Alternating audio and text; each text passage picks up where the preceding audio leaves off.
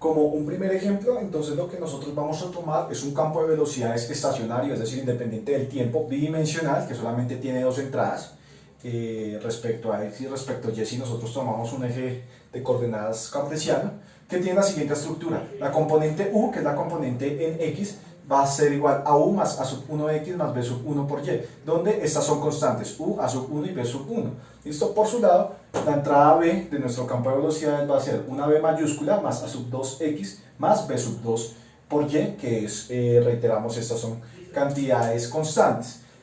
¿Qué vamos a hallar? Básicamente vamos a hallar la aceleración de este campo de velocidades, vamos a hallar la tasa de cambio rotacional, que es la frecuencia, la velocidad angular, y las tasas y el tensor de tasas de cambios de las deformaciones epsilon, que nosotros lo vamos a hallar al final. A su vez voy a estar anotando algunas de las características o de condiciones para que este campo de alguna u otra manera sea, por ejemplo, irrotacional, o también que sea de alguna u otra manera incompresible, y además para calcular que para X y Y sean de alguna u otra manera también ejes principales. Entonces, para eso vamos a hacer uso, los voy a escribir por acá, de unas derivadas parciales tanto de U de B respecto a las dos coordenadas, que son cantidades que vamos a estar usando constantemente. Si me permite, voy a borrar esto por acá para ahorrar espacio.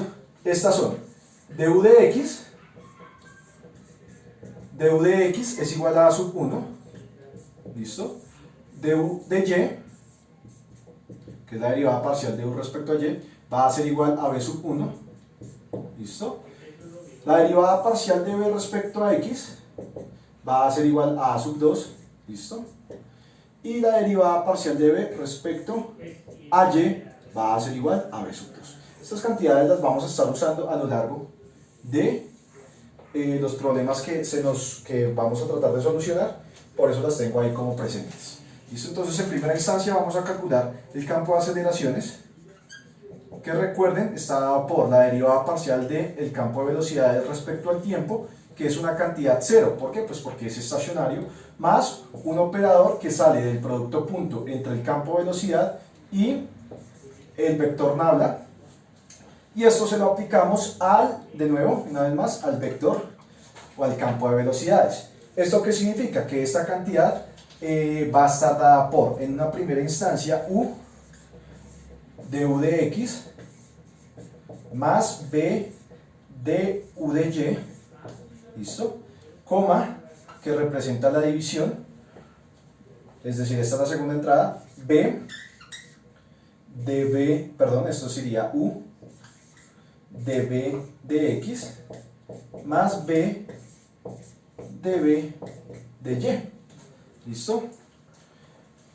Cuando nosotros lo que tenemos acá, vamos a tener finalmente que esta parte de acá, la primera entrada, va a estar dada por du de X, que es A sub 1, por la primera entrada del campo de velocidades, más du de Y, que es B sub 1, por B pequeña, que es esta entrada, la segunda entrada del campo de velocidades. Por su parte, en la segunda entrada del campo de aceleraciones va a estar dada por dB de X, que es A sub 2, por U, más dB de Y, que es B2, por la segunda entrada del campo de velocidades. ¿Listo? Es decir, esta es la B pequeña de acá. Y este sería el vector aceleración, o el campo de aceleraciones también le podemos decir. Por su parte, si nosotros queremos calcular la aceleración, voy a poner esto por acá, campo de aceleración,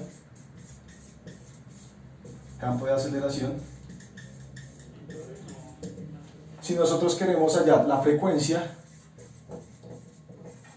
angular,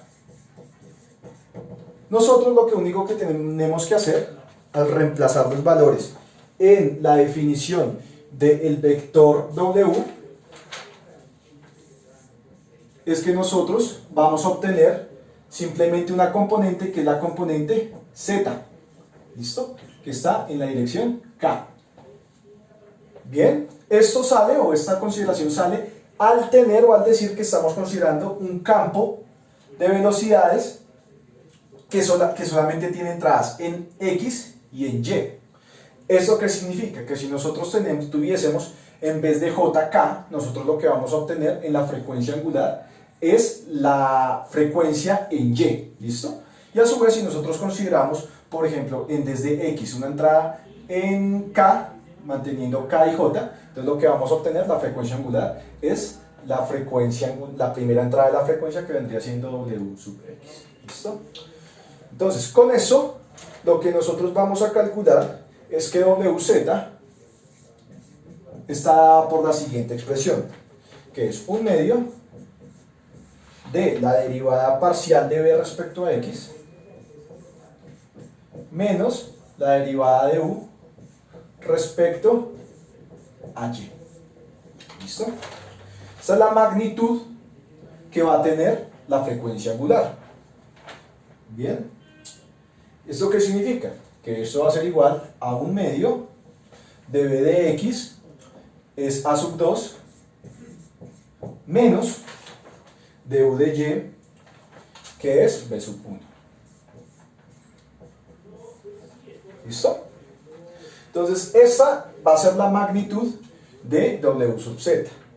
Dense cuenta que si A sub 2 es igual a B sub 1, nosotros lo que vamos a obtener es que W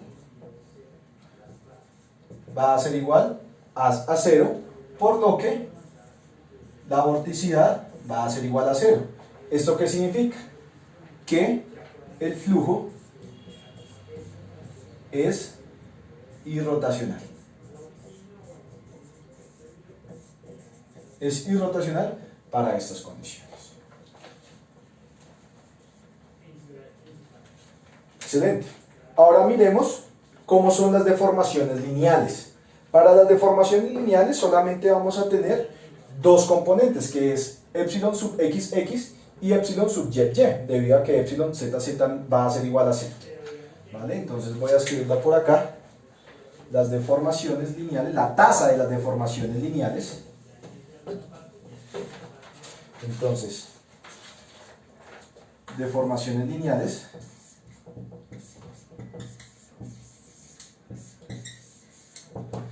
vamos a obtener que E sub xx va a ser igual a du de x, la derivada parcial de u respecto a x, que esto nos da igual a sub 1.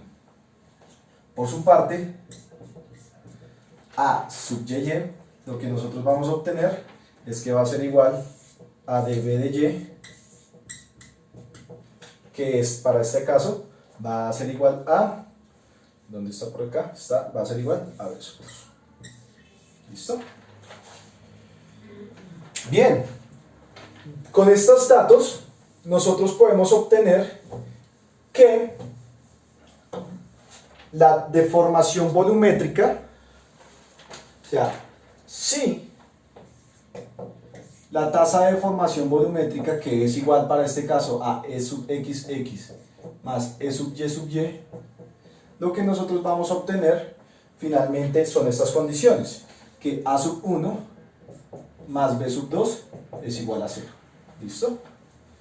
Es decir, que para A sub 1 igual al inverso de B sub 2, se tiene un flujo incompresible.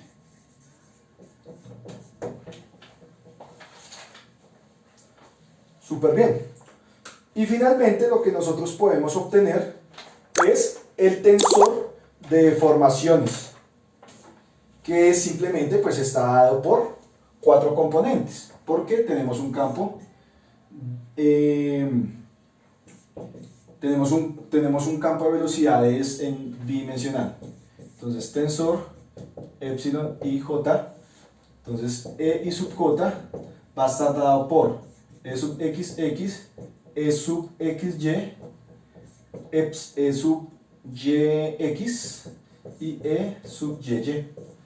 Bien, simplemente nos falta calcular esta tasa E sub xy, que va a estar dado por un medio de dB de x más du de y. Esto es igual a un medio de a sub 2 más b1. ¿Listo? Entonces, si nosotros tenemos que epsilon x sub y, que es igual a epsilon sub yx, es igual a 0, nosotros tenemos que a sub 2 va a ser igual a menos b sub 1. ¿Listo? Que es otra condición que nos habían pedido. Para eso, entonces lo que nosotros tenemos finalmente es que el tensor E sub j, va a estar dado por E sub xx, que está dado por a sub 1, 0, 0 y b2, bajo las consideraciones que nosotros hemos hecho. Es decir, si a sub 2 es igual a menos b sub 1. En caso general, ustedes tienen que poner en esas entradas. Si nosotros tenemos esta consideración de a sub 2 menos b sub 1, los ejes x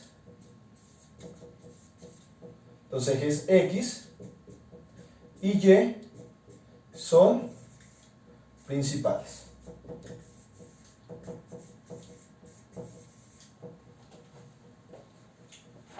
Y así, a grosso modo, se calcula todas estas cuestiones de cambio respecto de tasas de cambio, de formaciones y de movimientos para un elemento de volumen diferencial que tiene o que se mueve en un flujo con este campo bidimensional.